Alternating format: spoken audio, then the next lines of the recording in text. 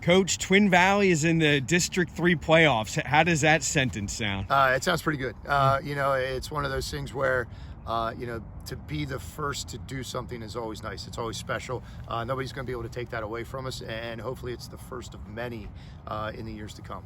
If you were to point to a couple of things that led this team to get over the hump and get into districts, what would they be? Honestly, I'd say the very first game of the season, the Garden Spot game. The weirdness surrounding it, being here, both teams ready to play, then the delay because of weather, coming back the next night, going into overtime, and being able to pull that one out and kind of fight through the adversity. In the last 5 years, I don't know if we win that game. Right then and there, we knew we kind of had something a little special where the kids never gave up and they kept fighting. And then we saw it again the next week with Boone, and we saw it against Conrad Weiser. And there were moments this year where it was kind of like, okay, we're on the right path.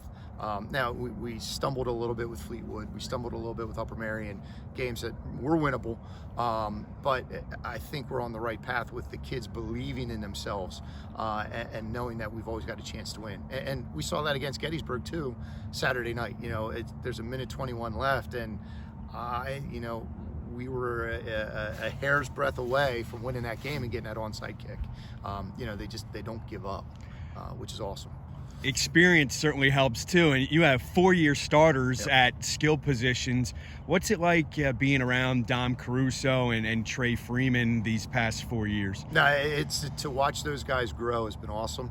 And you mentioned something about Trey at why I'm missing. I remember the two of them. That's their very first game, and their eyeballs were as big as saucers. And Trey made a great catch on the sideline, and he got up and he's like, "I can't believe I caught it! I can't believe I caught it!" And now he's making great catches every game and every week. And it's one of those things where, we'd love to spread the ball around a little bit more, but we've got Trey and we've got Dom, and it's a double-edged sword. We know we've got them, and when you kind of need that play to be made, that's who we're going to lean on.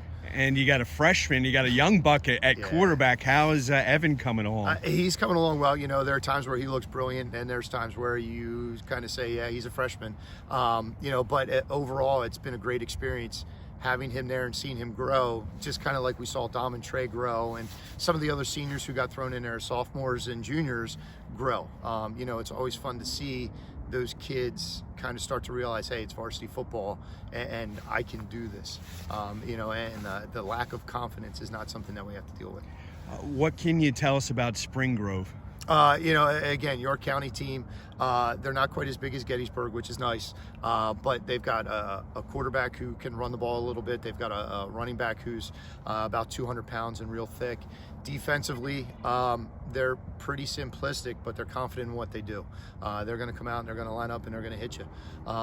It's one of those things with playing on Saturday. We lost a day of preparation, so we're still kind of trying to figure out what it is that they're doing and who they are. And hopefully we'll have it down by Friday.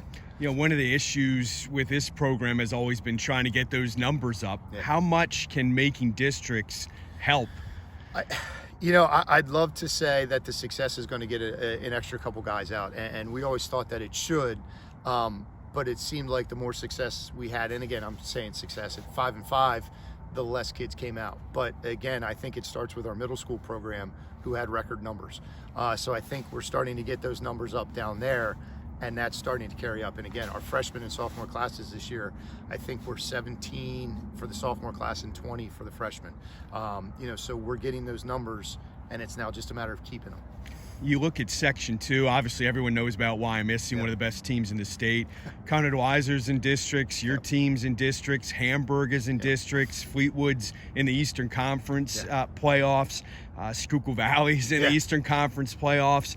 Pretty nice year for Section 2. Yeah, obviously, and it's the battle test of playing all these teams that allows us to kind of know that we can hang with a Spring Grove or somebody else or whoever else we might face, because we've played those tough games, we've played those tough teams.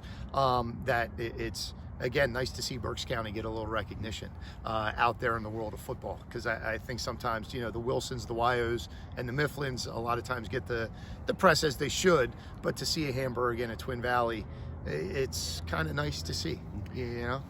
Well, thanks for your time, and good luck on Friday. Thank you. Appreciate it.